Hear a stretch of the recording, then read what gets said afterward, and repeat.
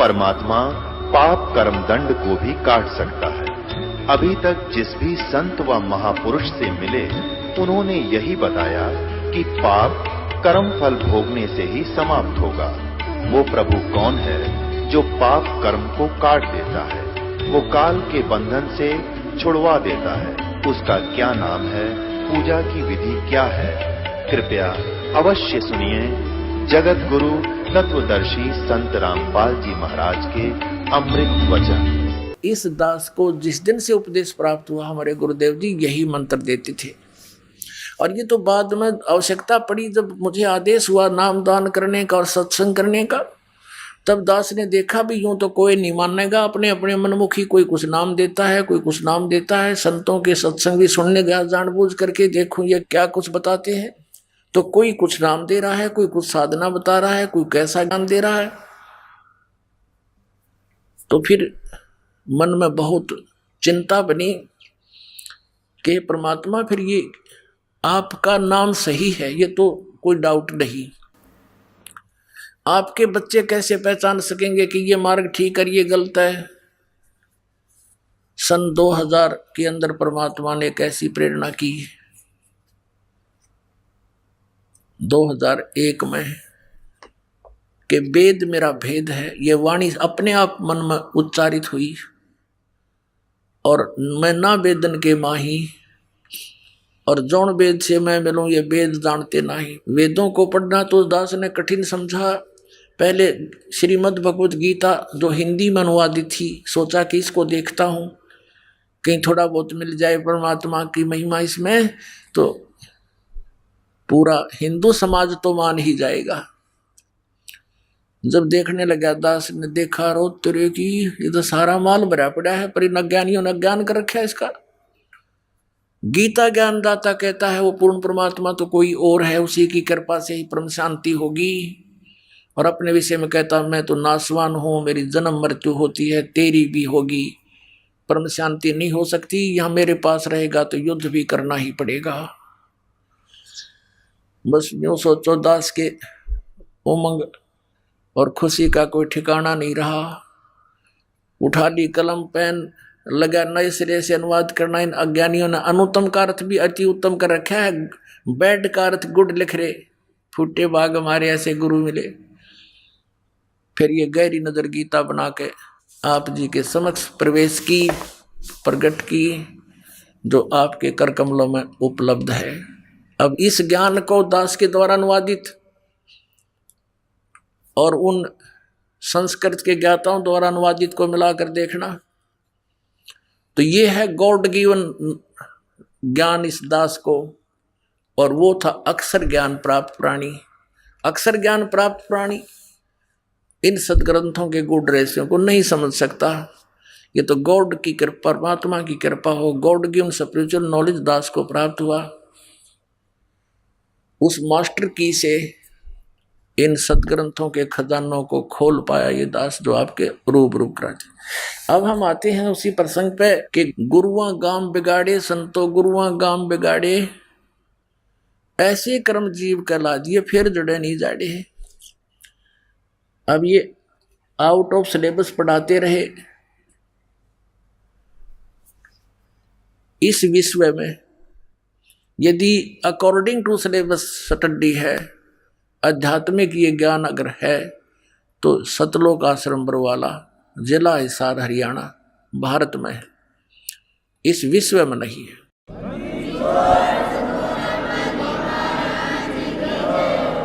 अब देखो, वेद ज्ञान दाता भी कह देता है, गीता ज्ञान दाता भी कह देता है कि पूर्ण ज्ञान तो तत्वदर्शी संत बतावेगा, और वो ज्ञान सच्चिदानंद घन ब्रह्म की वाणी में है। तो अभी तक सब निराकार बताया करते परमात्मा को, तो इनके पास ज्ञान नहीं था, क्योंकि जो इन्होंने अभ्यास करके अनुभव किया वो आउट ऑफ सिलेबस था। ये बताते रहे निराकार है परमात्मा, हमारे सदग्रंथ बताते हैं साकार है, नर आकार है, मनुष्य दृश्य है। और जिन महापुरुषों ने परमात्मा को पाया, सचखंड गए, सतलोक देखा, अमर स्थान देखा, उन्होंने आकर बताया कि हमरे ही उनिहार है हमारा सृजनहार। उनिहार माने हमारे जैसे रूप का, हमारे जैसे रूप में है वो हमारा सृजनहार, हमारा पिता तो हमारे जैसा ही होगा, मनुष्य तो होगा ही होगा। तो ऐसे ही उन्होंने आंखों देखा बताया कि सतलोक में, सचखंड में, नानक साहब जी कहते हैं सचखंड की साखी में कि उस प्रकाश के अंदर, यानी सौ प्रकाशित है सतलोक, उस प्रकाश में कहते हैं एक तख्त पर निरंकार बैठा है, उसका भी प्रकाश ही प्रकाश है। तो निराकार कैसे हुआ? वो साकार है। फिर धानक रूप रहा करता। 24 नंबर पृष्ठ पर ग्रंथ साहिब के श्री नानक साहिब जी के मैले पहले की वाणी, फाई सूरत मुलुक की वेश, सूरत माने साकार, फाई सूरत मुलुक की वेश, ए ठगवाड़ा ठगी देश, खरासियाना बहुता बार, ये धानक रूप रहा करता। फिर 731 पृष्ठ पे मैला पहला की वाणी में है, नानक साहब कहते नीच जात परदेसी मेरा, खिना आवे तिल जावे, और ताकि संगत नानक रहंदा, कैसे मुंडा पावे, उसका कैसे ओढ़ पाऊंगा मैं। वो 1 सेकंड में तो सतलोक दिख है, 1 सेकंड में यहाँ घूम रहा होता है। वो नीच जात परदेसी मेरा, धानक रूप रहा करतार, वो काशी का दुल्हा कबीर बाबा जिंदा,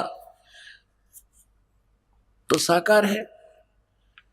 और पवित्र बाइबल में उत्पत्ति ग्रंथ में 26 नंबर श्लोक में और 27 में लिखा है कि परमेश्वर ने कहा कि मैं मनुष्यों को उत्पन्न करूंगा और मनुष्यों को मैं अपना जैसा बनाऊंगा, ऐसा ही बना दिया, नर नारी करके उनकी उत्पत्ति कर दी। फिर भगवान निराकार कैसे हुआ?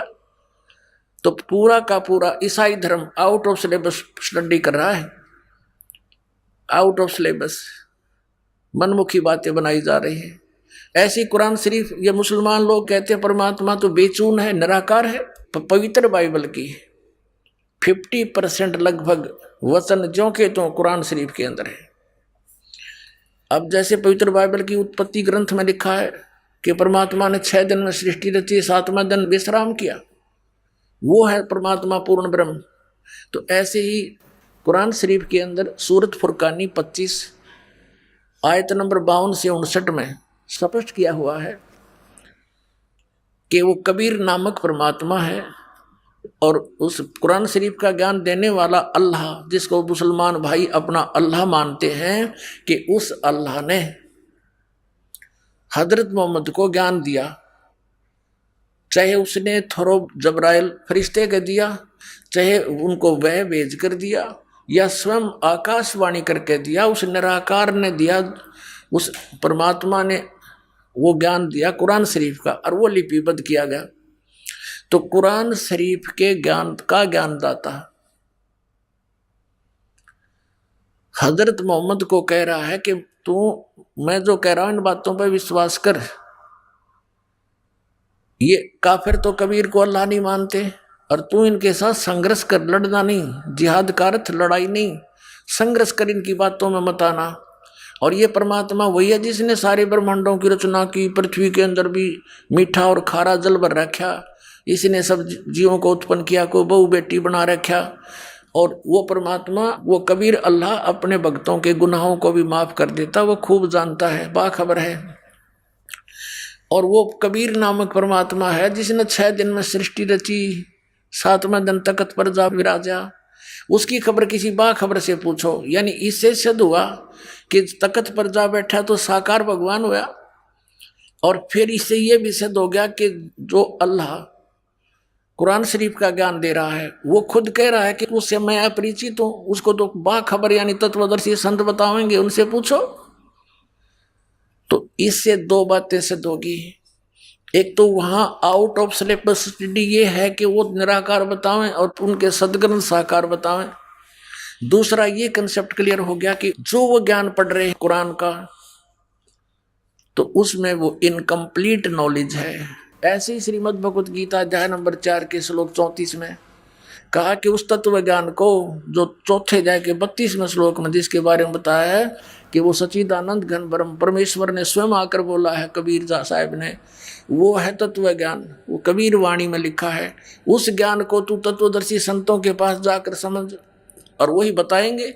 इससे सिद्ध है कि गीता ज्ञानदाता भी अपरिचित है पूर्ण ज्ञान से, और गीता जी का ज्ञान भी इनकम्प्लीट है। ऐसे ही वेदों का ज्ञान भी इनकम्प्लीट है, क्योंकि यजुर्वेद अध्याय नंबर 40 के श्लोक 10 से लेकर 13 में वेद ज्ञानदाता कहता है कि कोई तो परमात्मा को जन्म लेने वाला, उत्पन्न होने वाला कहता है, कोई कहता वो जन्म नहीं लेता, निराकार बताते हैं। उसका सही ज्ञान तो धीराणाम यानी तत्वदर्शी ज्ञानी आत्मा बताओगे, तत्वदर्शी संत बताओगे, उनसे सुनो। तो इन सभी ग्रंथों में इनकम्प्लीट नॉलेज है, और कंप्लीट नॉलेज सच्चिदानंद घन ब्रह्म की वाणी में है। और फिर जो भी नॉलेज उसमें है, जैसा भी उन ग्रंथों में है, उससे भी अपरिचित है ये। जैसे कुरान शरीफ कहती है कि 6 दिन में सृष्टि रच के साथ में दिन तख्त पर जा बैठा, फिर निराकार कैसे हुआ, बेचून कैसे हुआ। और सारा जो ये ईसाई धर्म क्या कहता है कि गॉड हैज नो फॉर्म, परमात्मा निराकार है। और बाइबल में लिखा है, पवित्र बाइबल में उत्पत्ति ग्रंथ के 26 नंबर श्लोक में और 27 में कि परमात्मा ने मनुष्य को अपने जैसा बनाया और नर नारी करके उनकी उत्पत्ति करती, फिर फॉर्मलेस कैसे हुआ। तो ये आउट ऑफ सिलेबस सुन रहे हैं, दंत कथा पढ़ाई जा रही है, लेकिन सदग्रंथों में ज्ञान सही है जितना भी उनके सत्र का है। जैसे मैट्रिक तक की पुस्तकों में मैट्रिक सत्र का ज्ञान तो है, लेकिन कंप्लीट नहीं होता, ऐसा ही जानो। अब क्या बताते हैं, और इन नकलियां का आपने देख लिया, इनका कोई ग्रंथ है ढंग का कोई नहीं, वही सतनाम वही सतलोक है, इनका सतनाम में ना समझ मारा। अब ये थोड़ी सी कसर हो रह जाएगी और काट दूं। ये जो सावन सिंह जी हैं, ये हैं सच्चा सौदा सिरसा और जगमाल वाली, जहां से चला है श्री खेमामल जी, या अर्थात बलोचिस्तानी सावस्ताना जी के गुरु जी थे सावन सिंह जी। अब सावन सिंह जी इस सतनाम से कितने परिचित थे ये देखिएगा। ये है संत मत प्रकाश और भाग 3, ये हैं श्री सावन सिंह जी, श्री सावन सिंह जी महाराज। और ये देखिएगा ये कहाँ से छपी है ये पुस्तक, प्रकाशक हैं जगदीश चंद्र सेठी, सेक्रेटरी राधा स्वामी सत्संग व्यास, डेरा बाबा जयमल सिंह, पंजाब। ये मुद्रक हैं गोपसेंस पेपर लिमिटेड।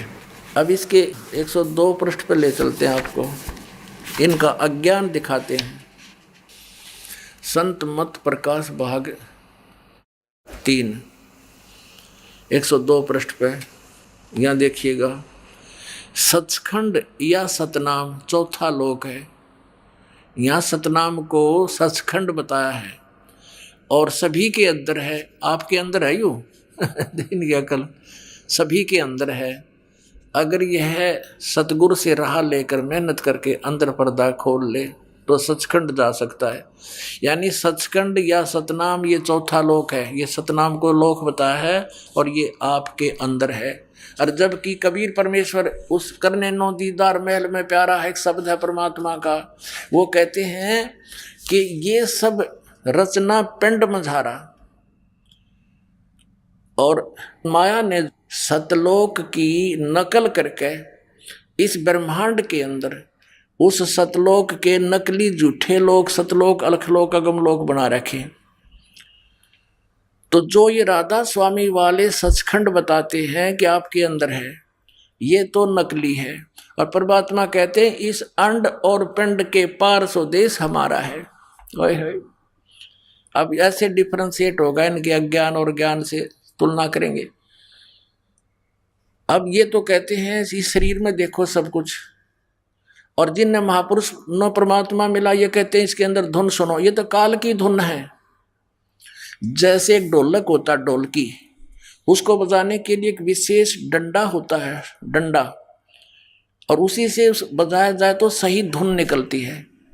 और उसके कोई जूते ठाके मारने लग जाए धुन तो फिर भी होगी, पर वह तो बकवाद होगी। तो ऐसे ही असली मंत्र से भी धुन हो गई और नकली से भी होगी। नकली वाली तो बकवाद होगी, उसको कोई पसंद नहीं करेगा, उसको कौन साथ रखेगा, कौन उस साज में रखेगा। और जो विधि से बजाने वाला डंडे से बजा रहा होगा वही सेलेक्ट किया जाएगा, ये समझ रहा। दूसरा ये बता है कि इसके अंदर जो धुन सुनाई दे रही वो भी नकली है। और कोई हैरे परले पार का जो भेद कहे जनखार का, परले पार का, इस काल के लोक से पार लोक सतलोक का कोई है, वो बताए हमारे को वो झनकार कैसी है। ये नकली झनकार है, नकली धुन है ये। अच्छा, अब जो प्रसंग चल रहा है कि ये क्या कहता है कि ये सतलोक, सचखंड या सतनाम, ये चौथा लोक है। सतखंड कहो चाहे सतनाम कहो, इसको सचखंड कहो चाहे सतनाम। और आगे देखो 106 पृष्ठ पे इसी संत मत भाग प्रकाश 3 के, ये देखो 106-7 पर, ये संत मत भाग प्रकाश 3 106 पृष्ठ पे नीचे से देखते हैं। वही सत्संगी हजूर जहां राम नाम का जस महिमा होता हो। कोई प्रसंग चल रहा है इनका, ज्यादा ना बता करके यहीं से शुरू करते हैं। अब महाराज सावन सिंह जी कहते हैं कौन से राम का? वही सत्संगी, क्या राम बहुत सारे हैं? महाराज जी कहते हैं राम 4 हैं। आपका इशारा कौन से राम की तरफ है? सावन सिंह जी कहें 4 राम हैं। अब 107 पृष्ठ पर हमारे हैं।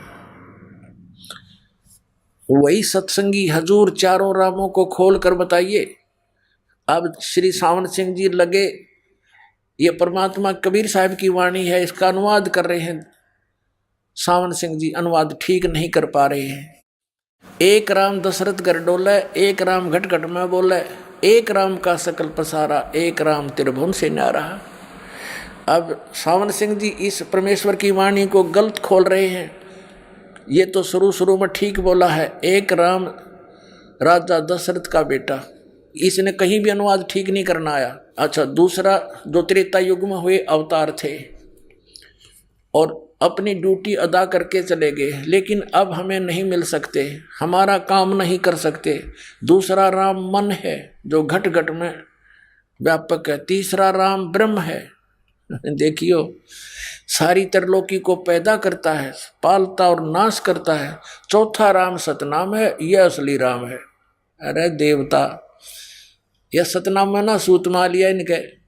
कहीं तो कहते हैं सतनाम चौथा लोक है, सचखंड है, और यहाँ कहते सतनाम राम है, असली राम है। और दिखाओ एक और इनकी, और इसके गुरु जी यही बकवाद कर रहे हैं उसमें सारवचन वार्तिक राधा स्वामी में, के सतनाम को संतों ने सचखंड, सार शब्द, सतशब्द, सार नाम और सतनाम करके बयान किया है। अरे तेरा गजब। वजह से ये तो ऐसी व्याख्या है शिवदयाल जी की और इन संतों की, जैसे किसी जंगल में रहने वाले शहर से 300 किलोमीटर दूर व्यक्ति ने कभी इत्तेफाक से किसी से सुनी सुनाई बातों को सुन लिया कि शहर में कार में घूमते हैं, पेट्रोल से चलती है, ड्राइवर चलाता है, और वो नकली कहे कि मैं कार में घूमता हूँ, शहर में घूम कर आता हूँ। तो उससे किसी ने पूछा कि कार कैसी है, पेट्रोल कैसा है, ड्राइवर कैसा होता है, शहर सड़क कैसी है। तो वो लगे डिफाइन करने कि पेट्रोल भी कार को कहते हैं, सड़क भी कार को ही कहते हैं, शहर भी कार को ही कहते हैं, ड्राइवर भी कार को ही कहते हैं, और पेट्रोल पंप भी कार को ही कहते हैं।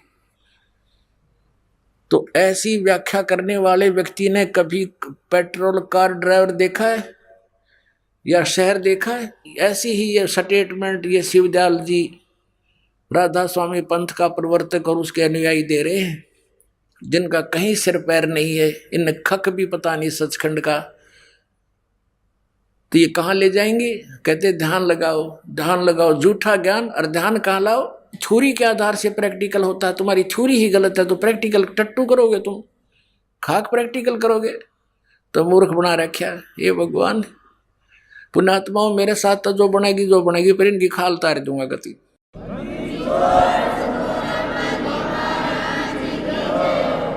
वो तो मुझे पता है, जिस महापुरुष ने सच्चाई बोली उसको लड्डू दही से मिले हैं। परीब का काल ऐसा कर दूंगा, ये कितने जोगे नहीं रहेंगे, बोए नहीं जामेंगे। पहले हम छोटे छोटे थे ना, वर्षा के दिनों में आम के पौधे उगाते थे, नीम के पौधे अपने आप उगाते थे। हम उनको निकाल कर नीचे से और अपने खेतों में लगाया करते थे। तो जिस पौधे की मिट्टी हट जाती जड़ों से तो वो लगा नहीं करते थे, कुम्हला जाते थे। तो हम लेकर चलते थे, तो किसी की मिट्टी हट जाती पौधे से, जड़ों से, तो ये कहा करता एक दूसरे को कि तेरे पौधे की जड़ राम ने देख ली, इब ये उगे कोडी। और ऐसा ही होता था, वो मुरझा जाता था। तो इनकी जड़ इब्राहिमता ही दिखा दी, आपको दिखा दी इनकी जड़, इन सभी पंथों की, इन पंथों की जड़, इनके नाम मंत्र ज्ञान आपको दिखा दिए।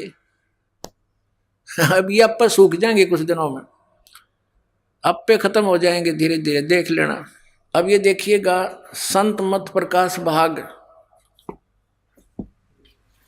4, ये श्री हजूर महाराज सावन सिंह जी के सत्संगों का संग्रह है। इसने 5 पुस्तक बना रखी हैं ऐसी ऐसी। ये कहाँ से प्रकाशित है? प्रकाशक है सेवा सिंह सेक्रेटरी, राधा स्वामी सत्संग व्यास, डेरा बाबा जयमल सिंह, जिला अमृतसर पंजाब में। और ये मुद्रिक है Sartaj printing press, Tanda road, Joshi estate, Jalandhar से। इसके 261 पृष्ठ पे दिखाते हैं आपको, 261 पृष्ठ पे। अब श्री सावन सिंह जी के सत्संग है ये। यह संसार सर है और अक्षर है वह ब्रह्म है, नी अक्षर पार ब्रह्म है। जब से यह संसार बना है हम इस महल दुनिया में गुजारा करते आ रहे हैं, किंतु अब गुरु की कृपा से आत्मा इस महल को छोड़कर सतलोक जा रही है। गुरु ग्रंथ साहिब में बड़े गहरे और गुप्त रहस्य हैं। एक स्थान पर आता है 52 अक्षर लोक त्रय, सब कुछ इनके माँ है, और ये अक्षर खिर जाएंगे, वो अक्षर इनमें ना है। अब देखो इसका क्या अर्थ है। अब जैसे नानक साहिब जी के गुरु ग्रंथ साहिब के 340 पृष्ठ पे ये लिखा है, तो उसमें ये बताना चाहे संतों ने कि एक मंत्र है जो ओम तत् सत में जो तत् है, और ओम और ये तत् मिलकर सतनाम 2 अक्षर का बनता है। वो तत् मंत्र आपके इन 52 अक्षरों के लेख यानी गीता पुराण और वेदों में नहीं है। वो मंत्र, ये मंत्र तो नष्ट हो जाएंगे, क्योंकि ब्रह्म तक के साधक भी नाशवान है, लेकिन वो मंत्र इनमें नहीं है जो कभी नाश नहीं होता। उस मंत्र के जाप करने से मोक्ष होता है। इसका अर्थ तो ये है, ये अर्थ क्या कर रहे हैं, ये अर्थ क्या कर रहे हैं, अक्षर लोक तरह सब कुछ इनके माहे, और ये अक्षर खिर जाएंगे, वो अक्षर इनमें ना है। वो अक्षर, वो यानी वो एक अक्षर है, वो इनमें नहीं है। वो कौन है, वो दास आपको बता रहा है। ये गुरु ग्रंथ साहिब के 340 पृष्ठ पे है। 52 अक्षर संस्कृत भाषा के हैं, शायद ही कोई ऐसी भाषा हो इसके 52 अक्षरों। इस संसार का सारा मसाला 52 अक्षरों में आ जाता है। पिंड अंड का हाल तो 52 अक्षरों में आ गया। आगे 2 अक्षर और हैं, आगे हैं वो 2 अक्षर जो पार ब्रह्म में है। उसके इसके विषय में ग्रंथ साहिब में लिखा है, यही बता रहे हैं कि ग्रंथ साहिब में ये लिखा है, गुरु ग्रंथ साहिब में, सोई गुरु पूरा कहावे 2 अक्षर का भेद बतावे, एक छुड़ावे एक लखावे तो प्राणी निज घर को पावे। ये गुरु ग्रंथ साहिब के 1171 पृष्ठ में बता रहे हैं आदि गुरु ग्रंथ साहिब में। और जे तू पढ़ा पंडित बिन 2 अक्षर 2 नावा, 2 नामों बिना, 2 अक्षर के 2 नाम है, वह 2 अक्षर के, एक ओम एक तत्, जो गुप्त आपको कल बताया था रात्रि में। परनवत नानक एक लगाहे जेकर सत समावा, इन 2 ते अलग एक और है, वो आदि नाम है, ये 2 अक्षर का सत नाम है। अपना आत्माओं ये खुद कह रहे हैं कि जो गुरु 2 अक्षर का भेद बता देगा वो पूरा गुरु होगा। और फिर ये कहें ये 2 अक्षर तो आगे हैं पार ब्रह्म में, आगे मरे पाछे इनका के फूकेंगे हम, बता इन मंत्रों को क्या करेंगे, मृत्यु वहीं पाछे, मेरा वो पार ब्रह्म मिल लेंगे। मरने के बाद शिवजाल जी को मिल गए, वो मरने के बाद बुक्की में बैठा है अपनी शिष्या में भूत बनकर। ये देखो यहाँ लिखा है कि सोई गुरु पूरा कहावे 2 अक्षर का भेद बतावे, और एक छुड़ावे एक लखावे तो प्राणी निज घर को पावे। अब इन 2 अक्षरों में भी अलग अलग कैटेगरी है, बिल्कुल सही है। एक छुड़ावे एक लखावे, ओम और तत् 2 अक्षर का मंत्र है। पुण्यात्माओं श्रीमद् भगवद गीता अध्याय नंबर 18 के श्लोक नंबर 66 में कहा कि सर्वधर्मान परित्यज माम एकम शरणं व्रज अहम तवा सर्व पापेभ्यो मोक्षामि मा शुच। गीता ज्ञानदाता ब्रह्म का है। और 17वें अध्याय के 23वें श्लोक में गीता में लिखा कि ओम तत्सत इति निर्देश ब्रह्मण त्रिविध समर्थ है। उस पर सच्चिदानंद घन ब्रह्म पूर्ण परमात्मा सतपुरुष को पाने के 3 मंत्र के जाप का निर्देश है और इसकी 3 प्रकार से सिमरन की विधि है। इसमें ओम तो सीधा है, तत् और सत ये सांकेतिक है, ये दास बताओगा। तो ये क्या है कि इन तीनों मंत्रों के जाप करने वाले को कैसे ये 2 मंत्र का डिफाइन किया ना, एक छुड़ावे एक लखावे। ओम मंत्र हम क्या करते थे, पहले ओम नाम का जाप करते रहते, ब्रह्मलोक में इसकी मलाई खाकर वापस आ जाते, गधे बन जाते। अब हम इसका ऐसे दुरुपयोग नहीं करेंगे, हम इस काल को दे देंगे ब्रह्म को, ये इसका मंत्र है, हम स्वर्ग में नहीं पाएंगे इसका प्रतिफल, तो फिर ये हमें छोड़ देगा। ये स्वयं कहता है कि सर्वधर्मान परित्यज माम, मेरे 70 की जो धार्मिक पूजाएं हैं तो मुझ में छोड़ दे। फिर एकम शरणं व्रज, उस सर्वशक्तिमान एक जिसके बराबर दूसरा ना हो, उस अद्वितीय परमात्मा की शरण में जा। फिर अहम तवा सर्व पापेभ्यो मोक्षामि, मैं तुझे सब पापों से छोड़ दूंगा, मुक्त कर दूंगा, तो चिंता ना कर। यानी ओम नाम का जाप हम इसको दे देंगे, इस कारण मुक्त हुए, यानी इसने हमें छोड़ दिया, ये ओम तक छुड़वाएगा। और जो तत् मंत्र है, जैसे कल बताया था आपको, सोहम है, वो परब्रह्म का अक्षर पुरुष का मंत्र है और इससे हम वहां तक जा सकते हैं जहां से हम केवल सतलोक को देख सकते हैं, पार नहीं कर सकते। बीच में बहुत बड़ी बाधा है, बाउंड्री बनी हुई है उस सातसंग ब्रह्मांड के लास्ट में, वो पारदर्शक है। और उसके आगे फिर वो कम प्लेस है, तो वो केवल वहां दिखा सकता है कि ये सतलोक है, पर जा नहीं सकते। सार नाम जो तीसरा मंत्र है वो फिर हमें वहां से पार करेगा। इन तीनों मंत्रों के जाप से हम सतलोक जा सकते हैं जहां से हम आए थे। अब देखो, अब समझ में आएगा आपका। ये हम पढ़ रहे हैं, इसके विषय में ग्रंथ साहिब में लिखा है कि सोई गुरु पूरा कहावे, 2 अक्षर का भेद बतावे और एक छुड़ावे एक लखावे। ओम तो यहाँ से छुड़वावेगा, वो तत् मंत्र जो दूसरा मंत्र है सतनाम का, वो हमें केवल सतलोक वहाँ से दिखा सकता है, दिव्य दृष्टि खुल जाएगी, पार नहीं हो सकते हैं। और आगे क्या लिखा देखिए, तो प्राणी निज घर को पावे। फिर क्या बताया है, जेतु पढ़ा पंडित बिंदोय अक्षर बिंदोय नावा है। जो पहले नानक साहिब जी जिन पंडितों से स्वयं गीता पढ़ा करते थे, फिर उन्हीं के साथ वार्ता की, जब उनको कहा कि यदि अर्थात तुझे इन 2 अक्षर नहीं पढ़े तो तूने सारे वेद पढ़ दिए तो भी यूजलेस है। अब देखो, जे तू पढ़ा पंडित बिन 2 अक्षर, एक ओम और एक वो तत्, सतनाम के 2 अक्षर, ये 2 नाम, ये अक्षर नाम है, ये भी क्लियर कर दिया, क्योंकि महापुरुषों की वाणी कोई डूम भाट की वाणी नहीं है। एक एक अक्षर वेद से भी गहरे अर्थ रखते हैं, एक एक वाक्य के बहुत गहरा अर्थ होता है। ये तत्वदर्शी संत बिना इसको कोई सुलझा नहीं सकता, इन महापुरुषों के गुण रहस्यों को समझ नहीं सकता। देखिएगा, जे तू पढ़ा पंडित बिन 2 अक्षर 2 नावा है। ये 2 अक्षर, ये 2 नाम हैं। जैसे प्राण संगति में कहा है कि साध संगत मिल माना मन माना, और ना मैं ना ओ हम सो हम जाना। ना माने ओ तेरा कीना है, नो कह रहे तो ना माने नाम है, नामों में नाम, असंख्य नाम है, लेकिन उनमें 2 नाम श्रेष्ठ हैं, ये सही है, जो 2 अक्षर के। ये देखिएगा, जे तू पढ़ा पंडित बिन 2 अक्षर बिन 2 नावा, परणवत नानक एक लंगाए जे कर सत समावा है। एक और है जो तीसरा आदि नाम है, ये 2 अक्षर सतनाम है, ये 1 अक्षर है, ये आदि नाम सार नाम है, ये सत है, वो सत ओम तत्सत में सत है।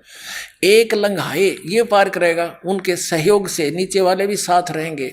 जेकर सच समावा, यानी सच्चे भाव से साधना करोगे पूरे संत से लेकर, तो 1171 गुरु ग्रंथ साहिब के इस पृष्ठ पर लिखा है। फिर ये देखो, इसका अनुवाद कराया है सावण सिंह जी नाडंगा। यदि तुम गुणी हो ज्ञानी हो तो वे अक्षर बताओ, वे अक्षर पार ब्रह्म हैं।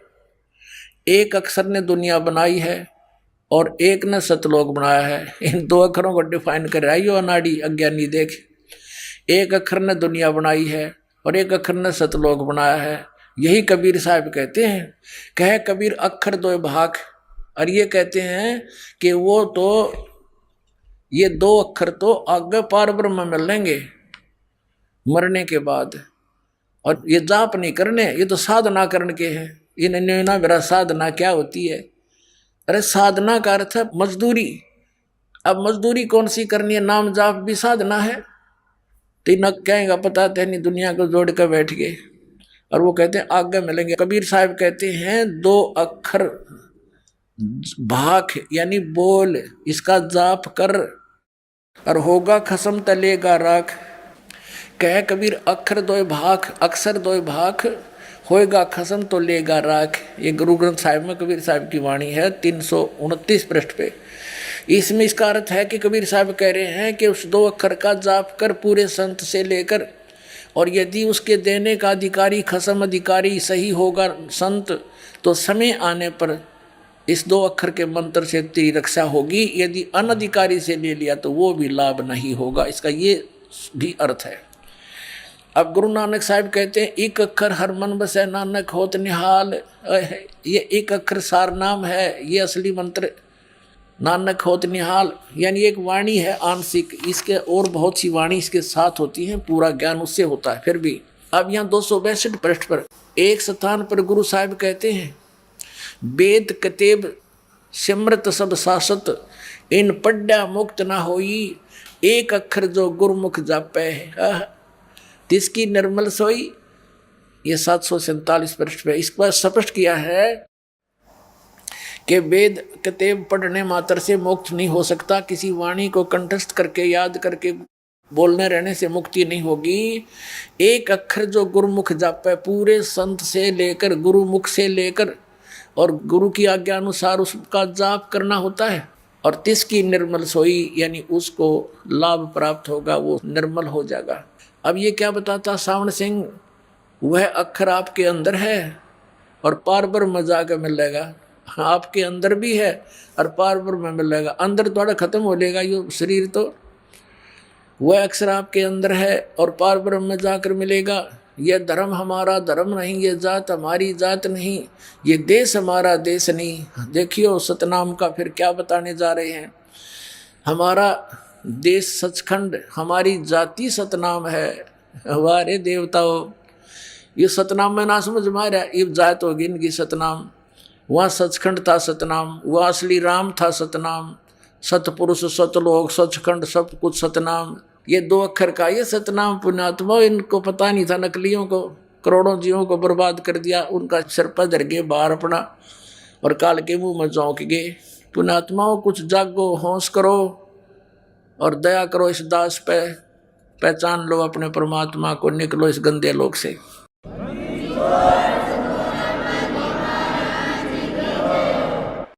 अब देखो यहाँ पर अभी हम यही चल रहे हैं 262 पे। अब ये बताते हैं जात हमारी सतनाम है, हमारा धर्म सतपुरुष है। धर्म हो गया सतपुरुष इनका। यह पराया देश छोड़कर आत्मा अपने देश को जा रही है। अच्छा देखो आगे शब्द के दर्जे हैं ओम शब्द, ये परमात्मा की वाणी से ले लिया, सोहम शब्द और सत शब्द। आत्मा दर्जे के अनुसार अपने असली मकसद यानी असली देश को जा रही है। अब देखो यहाँ से अंधा दिखत के तो नैन चशमिन का फेरा मोतिया बंदरे, मोती मुक्ता दर्शत नाही ये जग है सब अंदरे, दिखत के तो नैन चशम इनका फेरा मोतिया बंदरे। सही मंत्र सामने रखे हैं लेकिन सत्य ये तो इनका बाप भी नहीं लागण दी परमात्मा ने। ये दो अक्षर के मंत्र भी इसमें लिखे, इनका समझ में नहीं आई, क्योंकि बालका के समझ में आवे लाल की कीमत, ये जोर ही बता सकता है। तो ये लाल ले रहे थे, लिख रहे हैं और प्रयोग कर नहीं रहे। आप वो 5 नाम जपते हैं पांचों काल के, तो ऐसे इन्होंने अपना जीवन भी नरक कर लिया। अब ये इन्होंने गीता से सुन लिया कि ओम तत्सत, सोम शब्द कबीर साहब के वाणी से ले लिया। और कहते हैं कहीं की ईंट कहीं का रोड़ा, हरिराधा स्वामी कुणबा जोड़ा। अब परमात्मा कहते हैं बेखों के लश्कर फिर ये बाणी चोर कठोरे, सतगुरु धाम न पहुंचेंगे ये 84 के डोरे। बीजक की बाता कहें ये बीजक नाही हाथ, पृथ्वी डोबन उतरे ये कह मीठी बात। अब सच्चा सौदा सिरसा वाला भी उसी कुएं का पानी है, और जगमाल वाली वाला भी उसी कुएं का जल है। शिवजाल जी वाले अज्ञान से भरा हुआ है। इसकी एक झलक सचखंड की सड़क दिखाते हैं, देखिएगा। ये पुस्तक है सचखंड की सड़क, पहला भाग। दासन दास हजूर महाराज सतनाम सिंह जी, डेरा सच्चा सौदा सिरसा हरियाणा के, इसने यह लिखी है। ये देखिएगा, हजूर महाराज सतनाम सिंह, ये नाम था इसका सतनाम, और डेरा सच्चा सौदा सिरसा हरियाणा से छपी है। कौन किसने छापी है? प्रकाशक इंद्र सेन, प्रबंधक डेरा सच्चा सौदा सिरसा हरियाणा। और पहली बार सन 1970 से चलती आ रही है, 1970 से।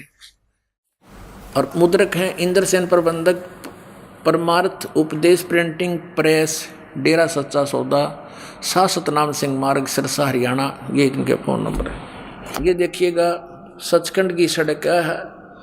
इस पुस्तक का नाम देख कर आदमी कटका मर जा। अन्य सोचा बस चढ़ डेर गए भाई, पा गया रास्ता सही भगवान पाने का, जिसके लिए भटक रहे। तेरी में कख भी नहीं, सारी बकवाद में रखी। ये देखिएगा, ये 226 पृष्ठ पे है। अलख अनामी आया सारे देश छोड़ के जी, छोड़ के मैं आया तेरे लिए प्यारे देश छोड़ के। इसका यह अनुवाद किया सतनाम सिंह जी ने। ये देखिएगा, इसका अर्थ यहाँ किया है, अनुवाद किया त्रिलोकी, स्थूल सूक्ष्म और कारण। ये इनकी त्रिलोकी है। क्या बकवाद गिर रखी है त्रिलोकी। त्रिलोक तो ये 3 लोक हैं, पृथ्वी लोक, पाताल लोक और स्वर्ग लोक। त्रिलोकी सूक्ष्म, स्थूल और कारण तक की सारी रचना काल निरंजन ने की है। संतों का देश सचखंड या सतलोक है, यहाँ तक तो सही बोल रहे हैं। और वही सतपुरुष या आदि पुरुष का स्थान है, वह अजर अमर है। अब इस सतलोक को डिफाइन कर रहे हैं। ये देखो, यहाँ लिखा है कि सचखंड, संतों का देश सचखंड या सतलोक है, वही सतपुरुष या आदि पुरुष का स्थान है, और वह अजर अमर अविनाशी है, सदा एक रस है। अब इस सतलोक को आगे डिफाइन कर रहे हैं, सचखंड को। वहाँ चैतन्यता ही चैतन्यता है, वहाँ प्रकाश ही प्रकाश है। नीचे पिंड तक की कुल रचना आदि और अंत का वही है, वही है। उसी को सतनाम, सचखंड को सतनाम, सतशब्द और सार शब्द कर कहा जाता है। वारे एक कुएं की पीर है सारी है। अब ये सिद्ध हो गया आपके सामने, इनकी जड़ दिखा दी आपको, यानी राम को। ये भी आप पे सूख जाएंगे थोड़े दिन में। बुद्धिमान लोग, कोई बालक नहीं आज जिन्हें हेलीकॉप्टर तक बना लिए, इंटरनेट लगा लिए। थोड़ा सा भी ध्यान एक बार इधर जाएगा इस दास के वचनों से, जो मूल उद्देश्य इस जीवन का, या कुछ भी बना लो और 2 वर्ष 3 वर्ष अकाल गिर जावे, ये इंटरनेट धीरे धीरे रह जाएंगे। ये जहाज खड़े खड़े जरेंगे, उन पर कोई बैठनिया नहीं पाओगे, मर जाएगी हाहाकार करके दुनिया। ऐसे गंदे लोग में क्या ढूंढ रहे हैं हमने खोजना चाहिए था परमात्मा। अब सामने रखा है भगवान का विधि, और इसको स्वीकार करो और पार हो जाओ। अपने आत्माओं, हम उसी प्रसंग पर आते हैं जहाँ से शुरू हुआ था। अब आउट ऑफ सिलेबस पूरे विश्व में पढ़ाई जा रही है। अकॉर्डिंग टू द सिलेबस, यानी सदग्रंथों के अनुसार जो ज्ञान है वो केवल सतलोक आश्रम बरवाला, जिला हिसार, हरियाणा, भारतवर्ष के अंदर है। और इसको आकर के ग्रहण करो, अविलंब पहुँचो। जितना देर हो रही है उतना ही आपका जीवन नष्ट हो रहा है। क्या भरोसा देही का, विनिस जा छिन्माही। एक पल का भी विश्वास नहीं इस जीव का रहेगा या नहीं है शरीर। तो इसके रहते रहते हम जो कुछ कर लेंगे वो अपना होगा, नहीं तो काल का धोखा ही है। अब देखिएगा, अब दिखाते हैं, अब पढ़ाते हैं आपको सुनाते हैं। गुरुआ गाम बिगाड़े संतो गुरुआ गाम बिगाड़े, ऐसे कर्म जीव कहला दिए ईब जड़े नहीं जाड़े।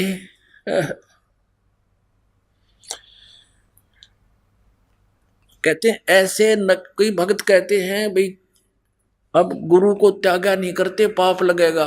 ये गुरु है, गुरु को तो नहीं त्यागना चाहिए, पर ये गुरु नहीं है, ये तो नकली सांग है, झूठे नाम झूठा ज्ञान, फिर क्या कि गुरु, इनको त्याग देने से आपका हित होगा।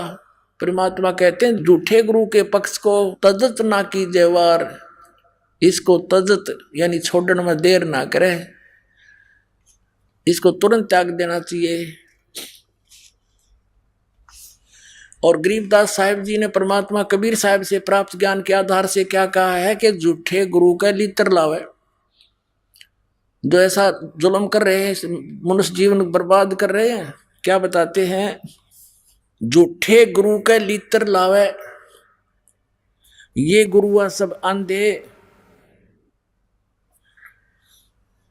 गुरुआ के सिर मार पड़ेगी पैंडा कदे ना छूटे, गुरुआ के सिर फरुआ फोड़ो और गर्ते काट घसीटो, और इसके मारे पाप नहीं है इसको निश्चय पीटो।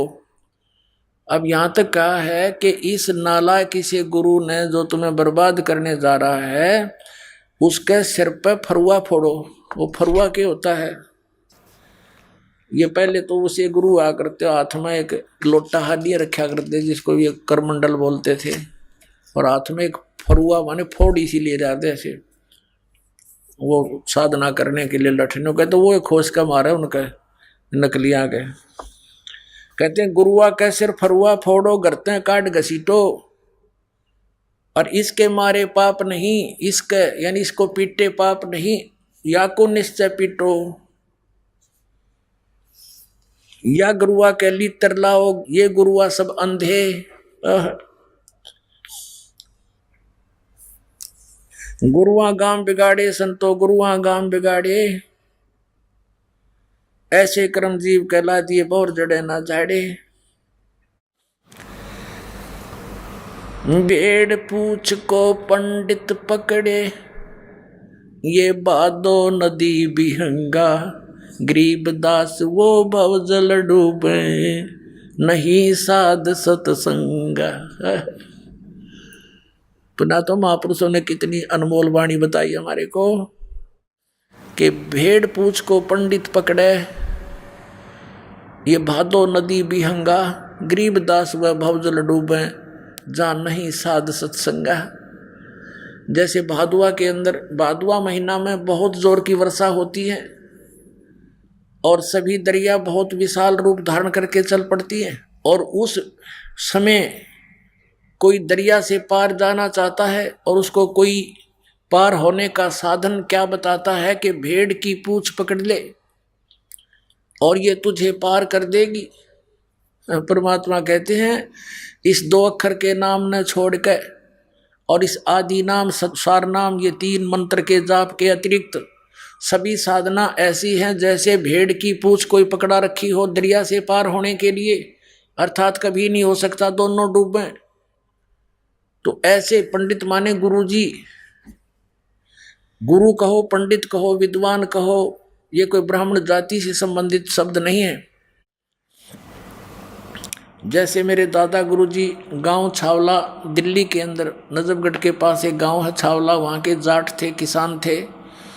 उन्होंने काशी विद्यापीठ से शिक्षा ग्रहण करने से वो पंडित चिदानंद कहलाने लगे।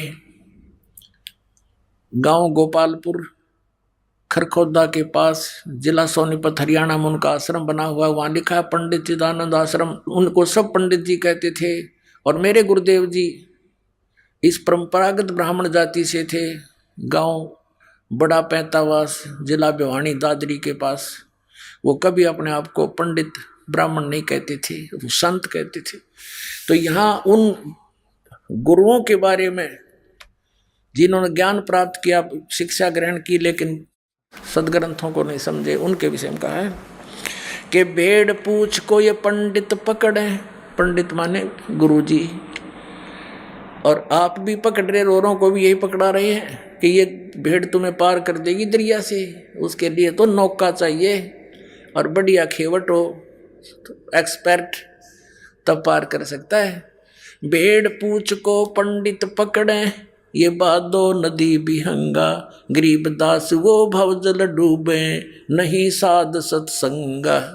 साध का सत्संग, परम संत का सत्संग नहीं मिला तो इस संसार रूपी समुद्र में डूब जाएंगे। मन मान सरोवर गंगरे, जहां से बिछड़ा तहां मिलाऊं, सुनो शब्द पर संगरे। अब क्या बताते आदरणीय गरीबदास साहिब जी परमात्मा से परिचित होकर के, क्योंकि आदरणीय कबीर परमेश्वर जी बाबा जंदा के रूप में संत गरीबदास साहिब जी गांव छुड़ानी जिला झज्जर वाले को मिले थे, सचखंड लेकर गए थे, फिर वापस छोड़ दिया था। उसके बाद परमात्मा की आंखों देखी उस सतिथि को, और उस ज्ञान को प्राप्त करके उन्हीं के दिए हुए ज्ञान को कैसे बोल रहे हैं। मन मान सरोवर गंगरे, जाका बिछुड़ा तहां मिलाऊं, सुनो सब पर संगरे। हम जो ज्ञान दे रहे हैं, हमारे इसको प्रसंग को सुनो। शब्द का अर्थ यहाँ नाम है। उस सच्चे नाम के प्रसंग को ध्यान से सुनो, जो हमारा तत्वदर्शी संत हमारा भेजा हुआ तुम्हें सुनाने आएगा। दैने गंगा बाम में जमुना, मध्य सरस्वती रंग रे, कल बिस कुसमल मोच होत हैं, वहाँ पल पल पर भी अंगरे। क्या बता रहे हैं कि दैन्य गंगा बाम में जमुना, दैन्य गंगा और बाम में जमुना, इला और पिंगला, और मध्य सरस्वती रंग रे, आगे सुषमना नाड़ी है। ये भेद है, गुप्त भेद, कोड वर्ड होते संतों के। दैन्य गंगा बाम में जमुना, मध्य सरस्वती रंग रे, कल बिस कुसमल मोच होते हैं, वहाँ पल पल पर भी अंगरे। कि जो तुम गंगा जमुना में नहा करके स्नान करके अपना मोक्ष समझते हो, ये यहाँ नहीं होगे, ये पाप कर्म का नाश। कल्बिस कुसमल यानी पाप, वो तो इस सांस उश्वास के मंत्रता हैं, और उस सच्चे शब्द 3 अक्षर, 2 अक्षर तो सतनाम और तीसरा अवसार शब्द, इनके जाप से, ये तीनों मंत्रों के जाप से आपके पाप नाश होंगे। और पल पल पर भी अंगरे, वो तो पर भी लगती है वहाँ, कभी 12 वर्ष में, कोई 10 वर्ष में इतना आदमी मर ले। जैसे कोई कहे कि कुंभ के मेले में पर भी लगेगी, उसमें स्नान करने से मुक्ति होएगी, वो आवे 6 साल में या 12 वर्ष में, अर्ध कुंभ या कुंभ, इतने क्या पता श्वास रहे या ना रहे। कहते हैं मन मान सरोवर गंगरे, जहाँ का बिछड़ा तहाँ मिलाऊं, सुनो शब्द पर संगरे। बेड पूछ को पंडित पकड़े, ये भादो नदी बिहंगा, गरीबदास वह भवजल डूबे, नहीं साध सत्संगा। आइए अब हम उन श्रद्धालुओं के अनुभव जानते हैं जो जगत गुरु तत्वदर्शी संत रामपाल जी महाराज जी से दीक्षा प्राप्त कर चुके हैं तथा उनके द्वारा बताए गए भक्ति मार्ग पर चल रहे हैं। जी नमस्कार। नमस्कार सर। क्या नाम है जी आपका? सर मेरा नाम दीक्षा नागर है। दीक्षा जी कहाँ से आए आप? सर मैं पीतमपुरा दिल्ली से। अच्छा, आपसे एक बात जानना चाहेंगे कि आप संत रामपाल जी महाराज जी से कब जुड़े? सर मैं संत रामपाल जी महाराज जी से 9 अप्रैल 2004 को जुड़ी। संत रामपाल जी महाराज जी से नाम दीक्षा लेने से पहले आप क्या भक्ति साधना करते थे? क्योंकि आपने बताया कि आप 2004 से ही संत रामपाल जी महाराज जी से जुड़े हुए हैं, मतलब बचपन से ही आप संत रामपाल जी से जुड़े हुए हैं? जी, मैं उस वक्त केवल 8 वर्ष की थी जब मैं संत रामपाल जी महाराज से जुड़ी। उससे पहले मेरे जो पेरेंट्स हैं वो राधा स्वामी से जुड़े हुए थे 7 वर्ष तक। तो 7 साल से वो जुड़े हुए थे, तो मैं उन्हीं के साथ जाती थी राधा स्वामी। बाकी मैंने उनकी कोई ऐसी भक्ति नहीं करी थी। तो 8 साल की उम्र में आपने संत रामपाल जी महाराज जी से नाम दीक्षा ले ली, लेकिन इतनी छोटी सी उम्र में किसी संत के बारे में जानना, उनके ज्ञान के बारे में जानना, ये समझना बहुत मुश्किल है। तो आप इतनी छोटी सी उम्र में संत रामपाल जी महाराज जी से कैसे जुड़ गए? क्योंकि मेरे पेरेंट्स की श्रद्धा बहुत ज़्यादा थी संतों में पहले से ही, तो हमारा भी भक्ति भाव वैसा ही था उनको देख करके।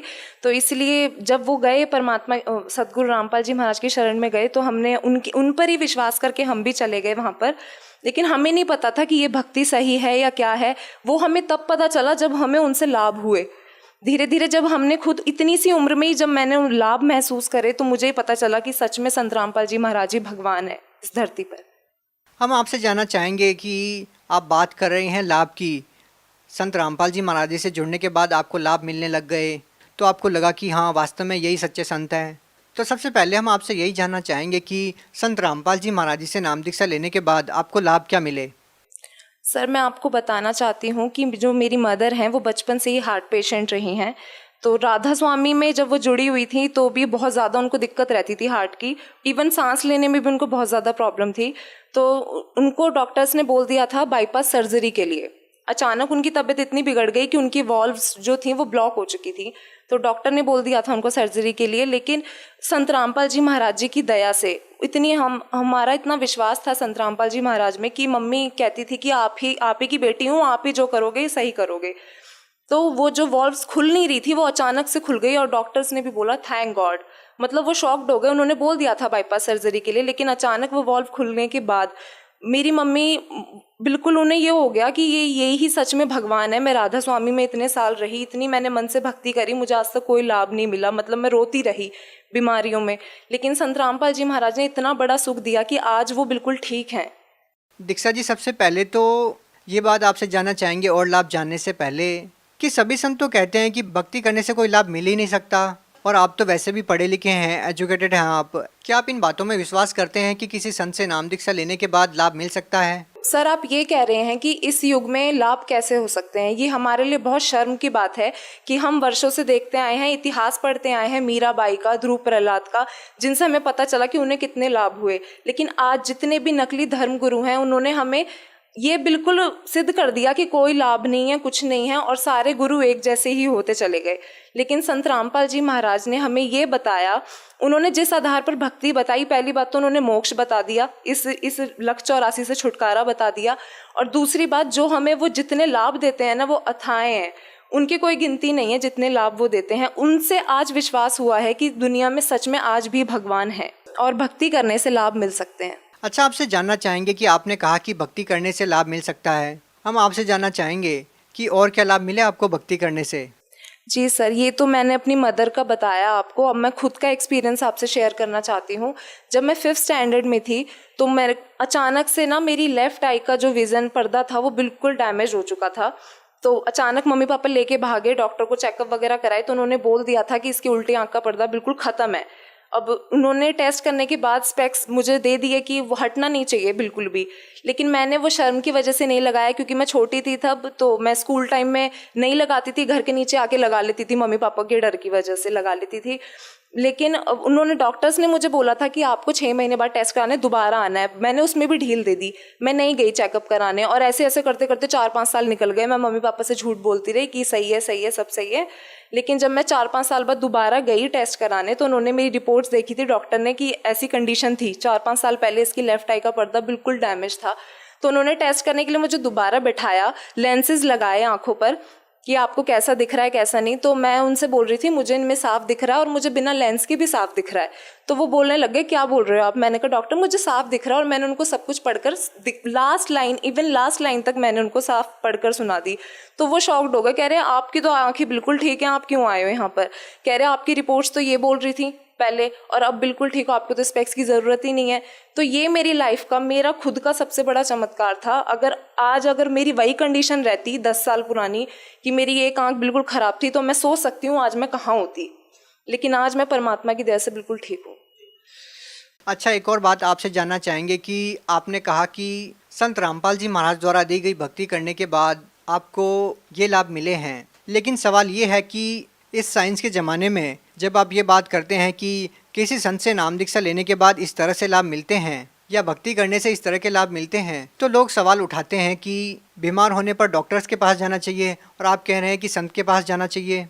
हाँ बिल्कुल, आपने ये बात बिल्कुल सही बोली कि जो साइंस है वो इस चीज़ को ना बिल्कुल नहीं मानती। साइंस बिल्कुल नकारती है कि चमत्कार नाम की कोई चीज़ है, या फिर वो भगवान में विश्वास ही नहीं करती।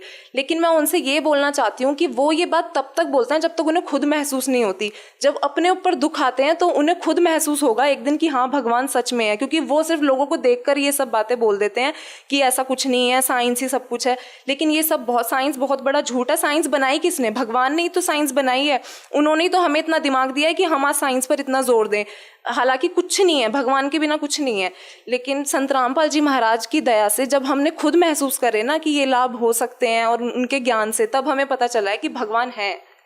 दीक्षा जी, जिस तरह का ज़माना है और चकाचौंध और लोग दिखावे के इस दौर में जब लोग अपनी बेटी की शादी करते हैं तो काफ़ी दहेज देना पड़ता है उनको, तो संत रामपाल जी महाराज जी के मामले में आप क्या कहना चाहेंगे कि उन्होंने, क्योंकि उनके अनुयायी बताते हैं कि वो बिल्कुल दहेज मुक्त शादियाँ करवाते हैं, क्या योगदान मानते हैं? और आपका क्या कहना है, क्या आप मानते हैं कि क्या लगता है कि संत रामपाल जी महाराज जी ने वाकई कोई ऐसी मिसाल पेश की है जो समाज के लिए लाभदायक सिद्ध हो सकती है?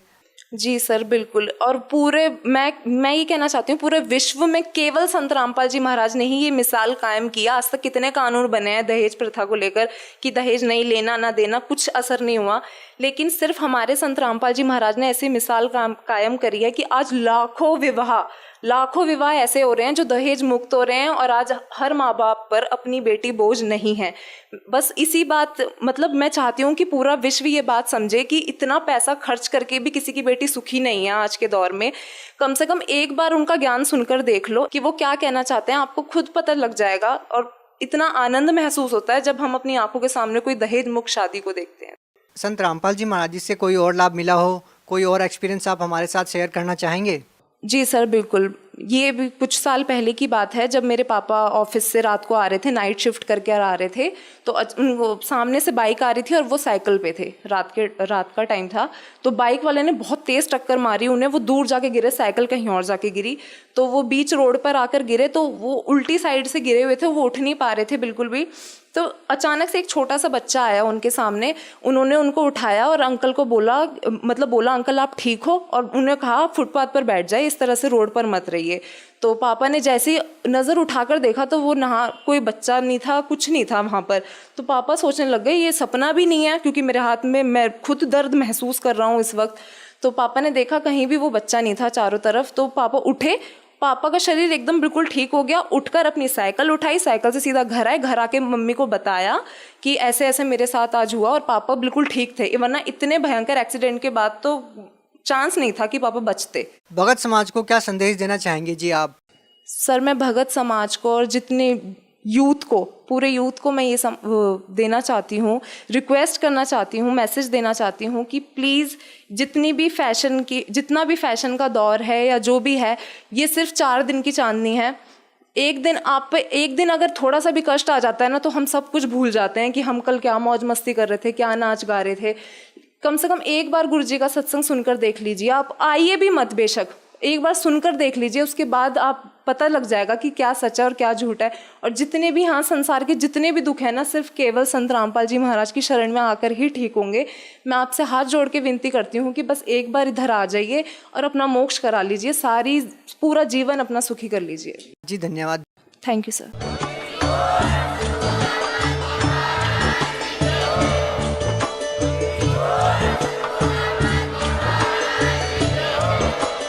आप सुन रहे थे जगत गुरु तत्वदर्शी संत रामपाल जी महाराज जी के मंगल प्रवचन। अधिक जानकारी के लिए विजिट कीजिए हमारी वेबसाइट www.jagatgururampalji.org। संत रामपाल जी महाराज जी के शुभ आशीर्वाद से पूरे विश्व भर में 500 से भी ज्यादा नाम दीक्षा केंद्र हैं, जिन पर संत रामपाल जी महाराज जी द्वारा ऑनलाइन निशुल्क नाम दीक्षा दी जा रही है। अपने नजदीकी नाम दीक्षा केंद्र का पता करने के लिए संपर्क करें 8222880541।